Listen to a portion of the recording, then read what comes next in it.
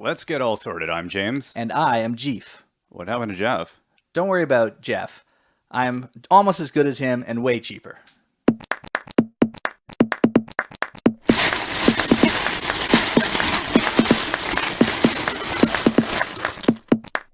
Hey, James. Hey, Jeff. Today we're going to go into the wonderful world of Lego knockoffs, or as they're politely known, clone brands. Clone brands. That's Yes, a polite way of saying That's the polite way of saying ripoff.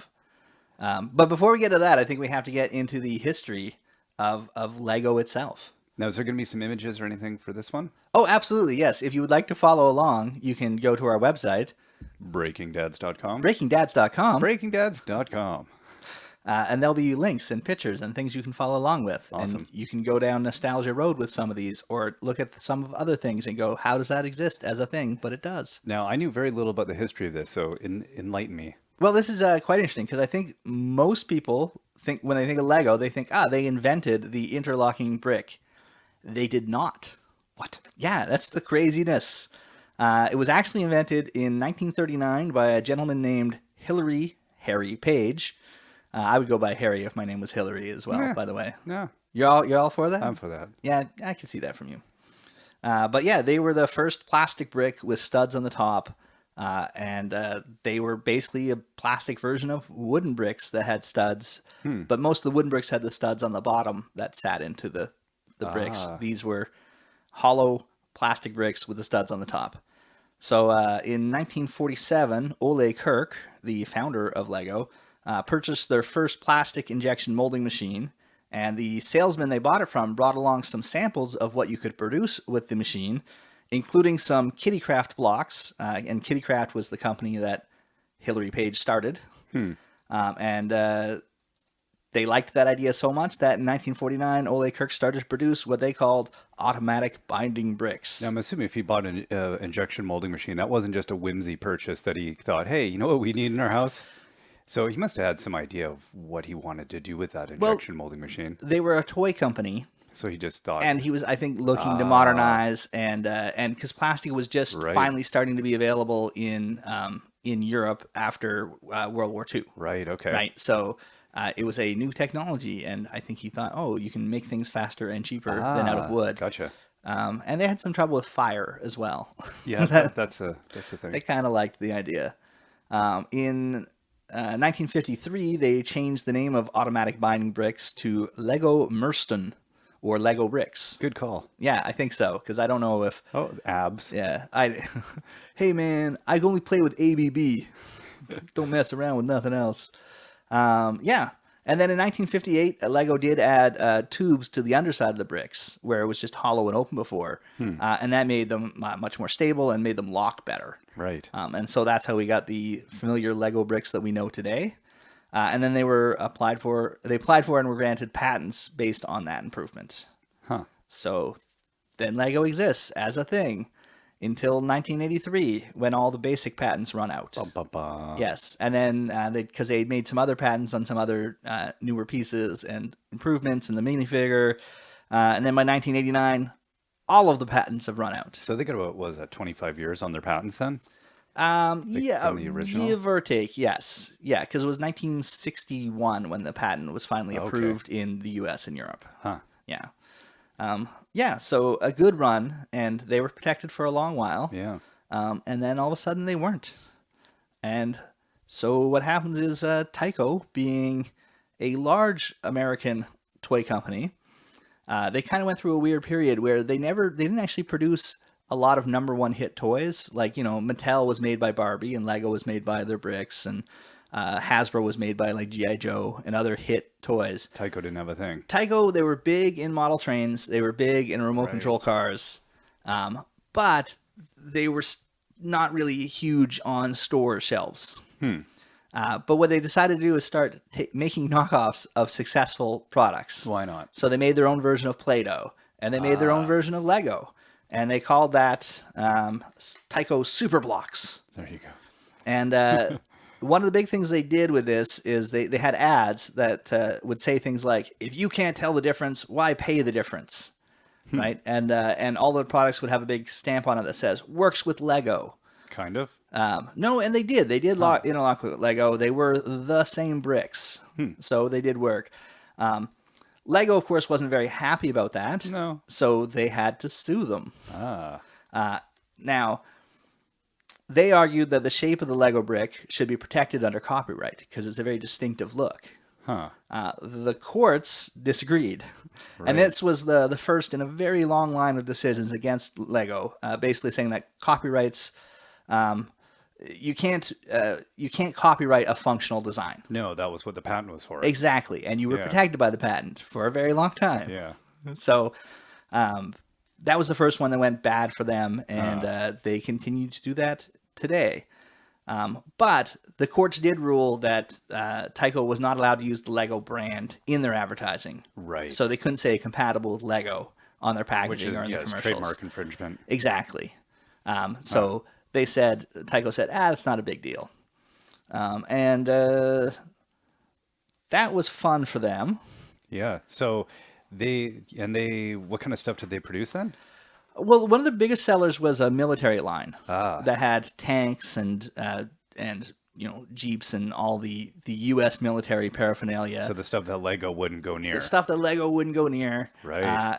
Because Lego sort of vowed not to do modern military stuff. So they're kind of bridging between Lego and Hasbro in a way. Yeah, it's like very much. GI Lego.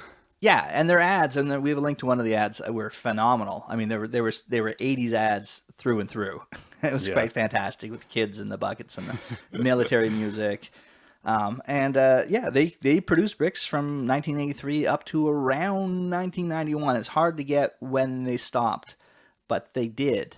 And I don't know why, because in 1990, they were about 10% of the U.S. toy block market, which is a pretty big chunk. Yeah. Yeah.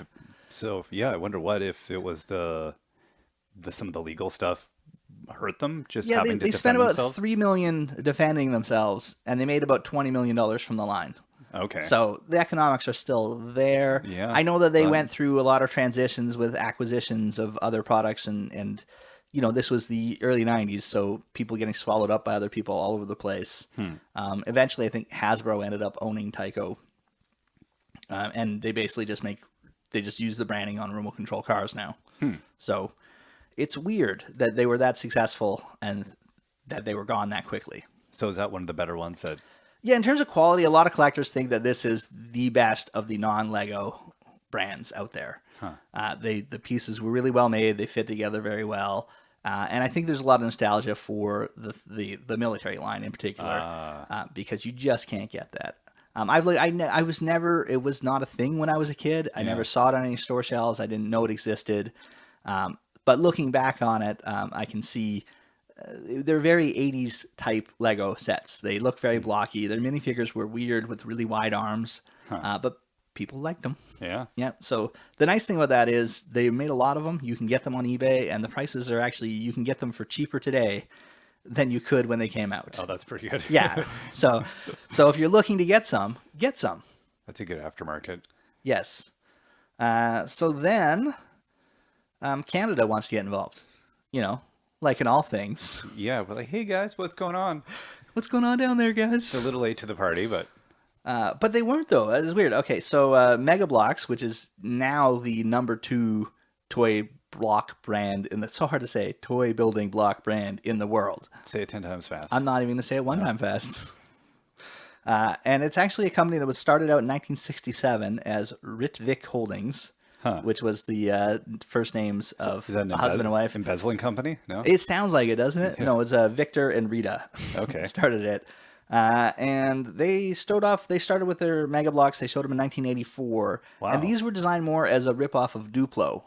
Right. So these were bigger blocks made for younger kids. Right. Okay. And it was very successful. And they were aimed all their sets at around 4 to 6 year olds. So at this point, Lego's not too worried because that's outside of their core demographic at the time. They're not too worried about the little kids. No. And that's earlier than I would have thought. Yeah. Like, yeah, they were 84 is pretty. I mean, so they got in right away, same time right as away. Tyco. Yeah. Everyone was like, let's do this. Oh, the patent's not there anymore. Let's go. But it's interesting they chose a distinct direction as opposed to what Tyco was doing. Yeah, and I think it was a good idea because it allowed them to really build the company and get some money in the company before they had to fight any big legal battles. Right, yeah. So in 1991, they decided now was the time to get into some big legal battles, and they released what they called their Micro Mega Blocks, which is just a terrible name. That is a terrible name. But these were basically just Lego-sized blocks. So they saw that basically Tyco lost its court challenge in the late 80s, and so a couple years later, they're like, all right, now I think we're safe. yeah, the precedent has been set. We've got a bit of money if we have to. Exactly. Yeah. Yep, they got sued. They got sued in Canada and in European courts. But eventually, and there were a lot of lawsuits, eventually Mega Bloks won every single one of them. Man. Yeah, so all the way up to the Supreme Court of So Canada. Lego must have bled out a lot of money through the late 80s and early 90s fighting off lawsuits. Yeah, but I think it's still such a small percentage of what they were making. Right, I guess. And it was just worth their survival because they weren't really diversified into anything else. yeah, that's the thing about Lego It's is what they have. exactly. Yeah, And fair even nowadays, all the things they come off of it, like the movies and the video games. It's all licensed they don't own. And it's all based on the toys. If Right. the toys went away, those other products would go away. Yeah. So yeah, they need to be very protective, and you can understand why they're very yeah. protective. But it's tough because they don't really have a lot of legal footing for the lawsuits. They're really trying to rewrite the trademark and copyright laws in a Yeah. way that suits them. Or they're just trying to knock these guys out of Yeah. doing it. Yeah. Just, it's a bit throwing a scare out there or something. I don't know. It's an interesting strategy, but It is, and honestly, they do have a case some of the time. Yeah. In 2012, U.S. Customs seized a lot of Mega Bloks and a Chinese company. They were basically both made Lego Friends ripoffs because Lego Friends was just come out, was extremely popular. Did I say 2012? I think so, yeah. Yeah, good. So, and Lego was making a lot of money and gaining a lot of market share. So these other companies came out. Mega Bloks one was called My Life, and the packaging looked almost identical. Right. So to it's Lego. like basically.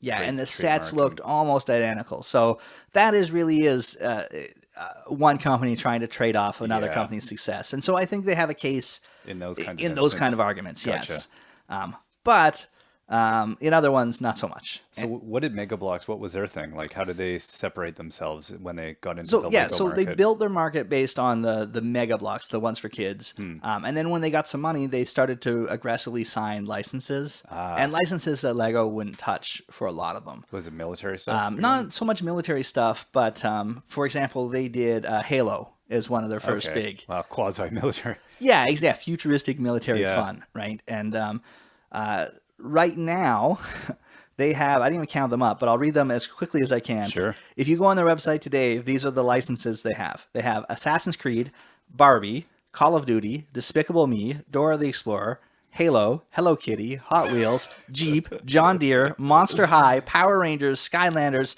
SpongeBob SquarePants, and Thomas and Friends. You know, those all sound like they're kind of compatible. I mean, you got Call of Duty and Dora the Explorer. Those Well, and kids will play together with those. that is one of the complaints about Mega Bloks is that they aren't super compatible. They have a lot of big, sort of like Lego in the 90s. They have a lot of big one-off molds that are in one Right. set and can only really be used to build this one thing. Huh. And their minifigures as well are, well, they're really detailed. They're very articulated. You can move the joints in a lot of different ways. They're like mini G.I. Joes, I would say. But you can't really mix and match the parts. Right. Yeah, so it's a little different that way. But it helps them stand out, which is nice. And stand out they did.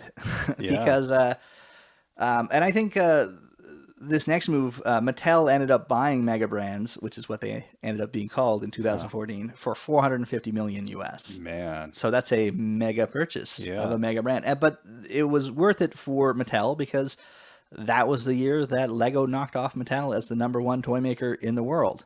And Lego Friends is the reason Lego knocked off Mattel, because people were buying less and less Barbies and we're buying more and more Right. Lego Friends. Yeah. So Mattel thought, we need to get into that market, and rather than start up your own company and get on store shelves, you buy Mega Bloks because they're already there on Toys R Us and on Amazon and other places.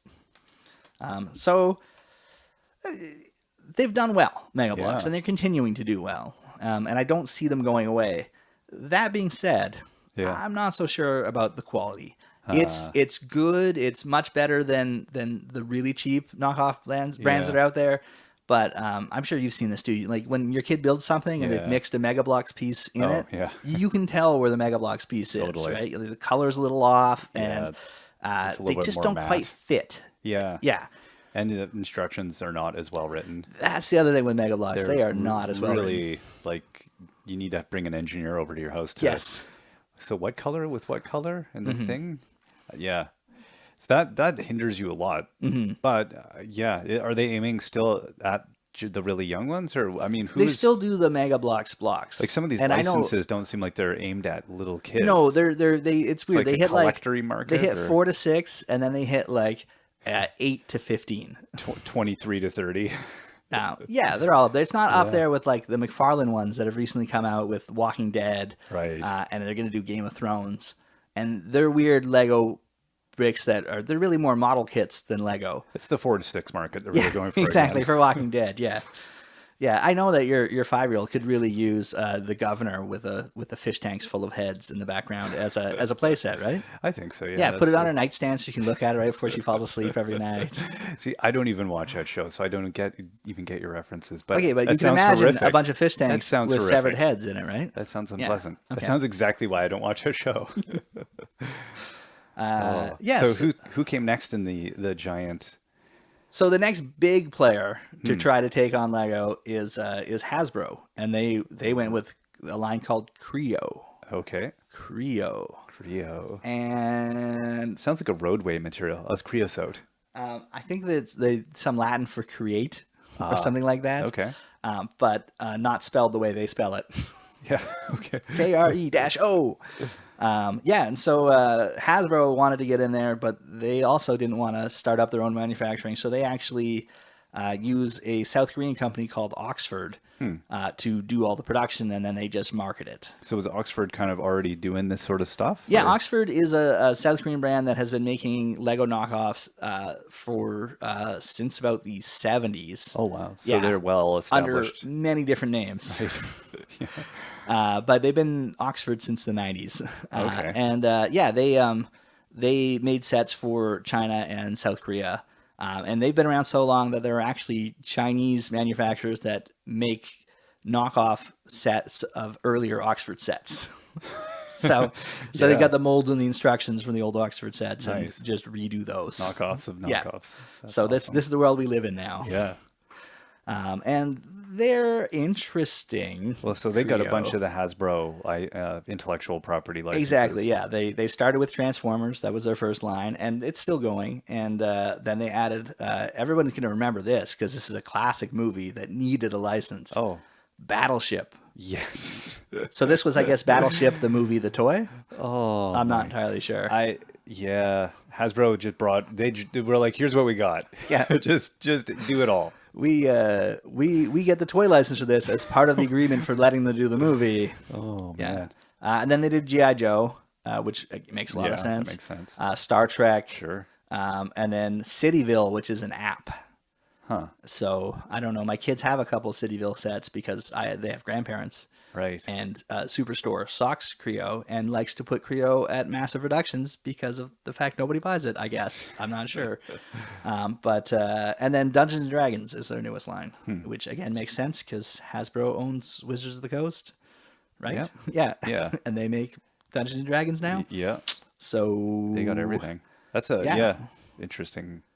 Again, hitting kind of a variety of age groups, though it seems to be somewhat more of an older age group they're shooting at. I think their success is with collectors because the crayons do look cool. The crayons. And I think basically they looked at Lego's success with the minifigures, and all of their sets are based around because the sets are for the most part extremely uninspired, sort of slightly 3D buildings, like a facade that goes back to a few studs, awesome. but it's got the minifigure in it, and the vehicles are really uninspired. So, but you buy it because this has Bumblebee in it.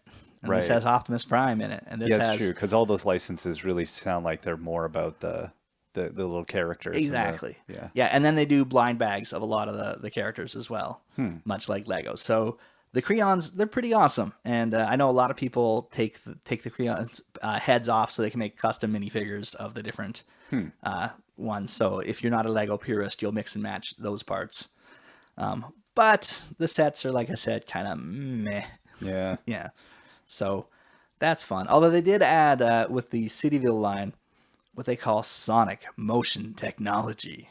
That sounds kind of awesome. Yeah, you can bring your toys to life, and if by life you mean slowly moving in circles, then yeah, it's like they said, hey, you know what kids love? Electric football. Does anyone even remember that? Just stuff kind of moving let's all around on its own. Vibrate and have the things move, and so that's fantastic. Fun. Yeah, fun. That's right. And then it makes noises and stuff too, like the spooky castle makes eerie spooky castle noises, and I don't know, my kids, like I said, they have 2 sets with it, and I think I've heard them use it once. Yeah. So Doesn't exactly add a whole lot to play. No, but they were cheap. Yeah. Really, really cheap. So that's good luck, Hasbro. I think they'll be fine because of the crayons. I think they'll be around for quite some time. Yeah. We'll see. So those are the big North American players. And then we have to look at China. Right. The place where IP rights go to die. Yeah. Well, they didn't go to die. They didn't even know where they were. They were just like... Oh, they knew where they were because they often used the patent filings as a way to figure out the milling and stuff. Oh, right. Yeah, There you go. That's true. Yeah, it's quite interesting. It's tough because I own some Chinese Lego knockoffs for superhero minifigures. Purely for research purposes. Purely for Lego has not made them. Right. Or in the case of Hulk, my kids wanted a Hulk. And I did not want to pay the $30 aftermarket price for Hulk from the one set Hulk was in at the time, when I could get a red Hulk, a gray Hulk, and a green Hulk for $350 free shipping. What? Out of China. How does it work? They you know what? They are okay. The molds aren't as good. You can see the join lines on them, but they were $3.50 landed to my door. For 3 of them. That's terrible. Yes. That's kind of horrible. It's extremely horrible. Yeah. But also at the same time, I understand why they exist. Oh, yeah. For that reason alone. No wonder. Yeah. Yeah, I do. I get upset because if you go onto Craigslist, which, is never recommended for anything really. No. And you look for Lego, there'll be lots of entrepreneurs, we'll call them, selling these Chinese knockoff minifigures. And sometimes they'll be nice and say Lego compatible. But sometimes they will say Lego minifigures, and I click on the picture and I go, oh, those aren't Lego minifigures. Yes. So with is it a slippery slope then? If they're getting part of the market with the cool little stuff that no one else is doing, but then they're going right after, it's kind of like the Apple store that opens up, but it isn't an Apple store. Oh, hey, but is it? Isn't it? I don't know. Yes. Are they going that direction with it? Definitely. I mean, they're at the point now where they're doing complete knockoffs of sets. Right. It used to be they'd take something from a set and make that, but if you go online now, especially in the superhero one, I think because they're already making a lot of minifigures, you will find brick by brick recreations of the sets in a box that looks identical to the Lego box, except it has the Sluban logo on the side, or Suban, logo on it instead of Lego.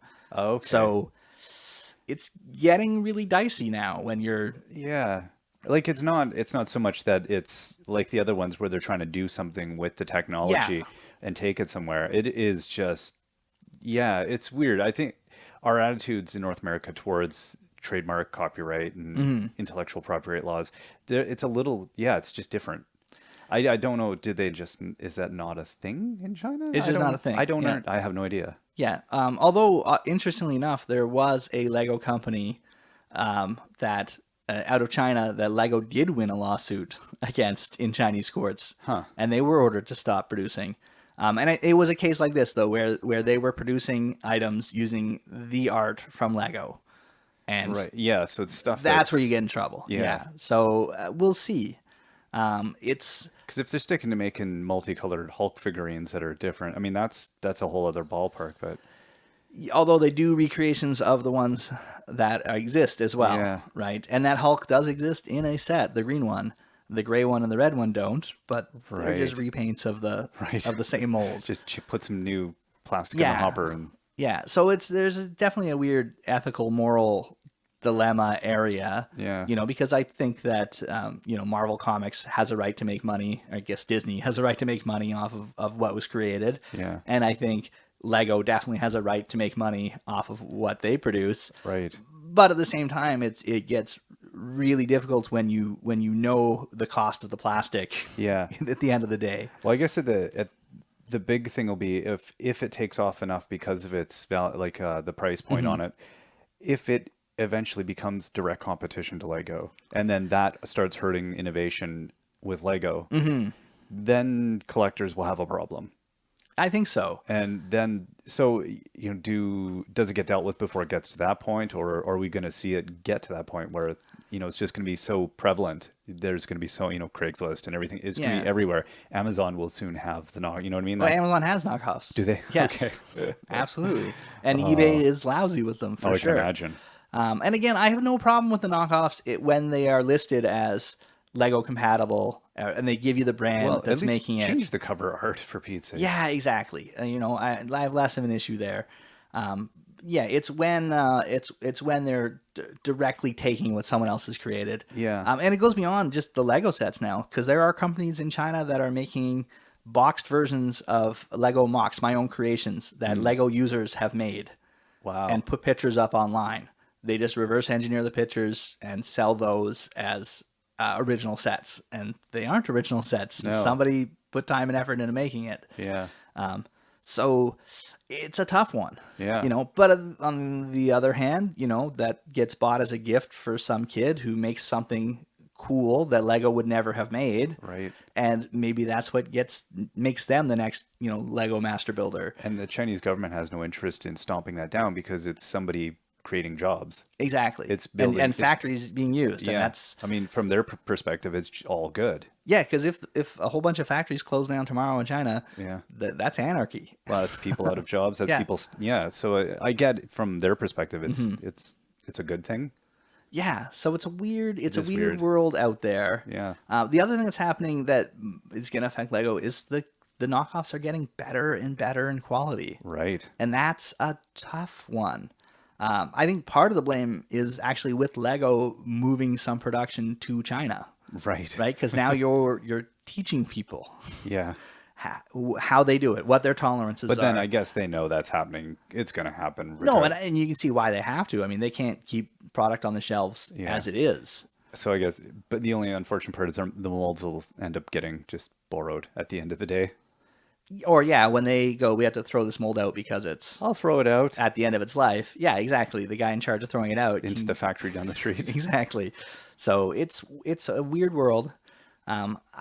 Lego, I think, will lose some market share. Yeah.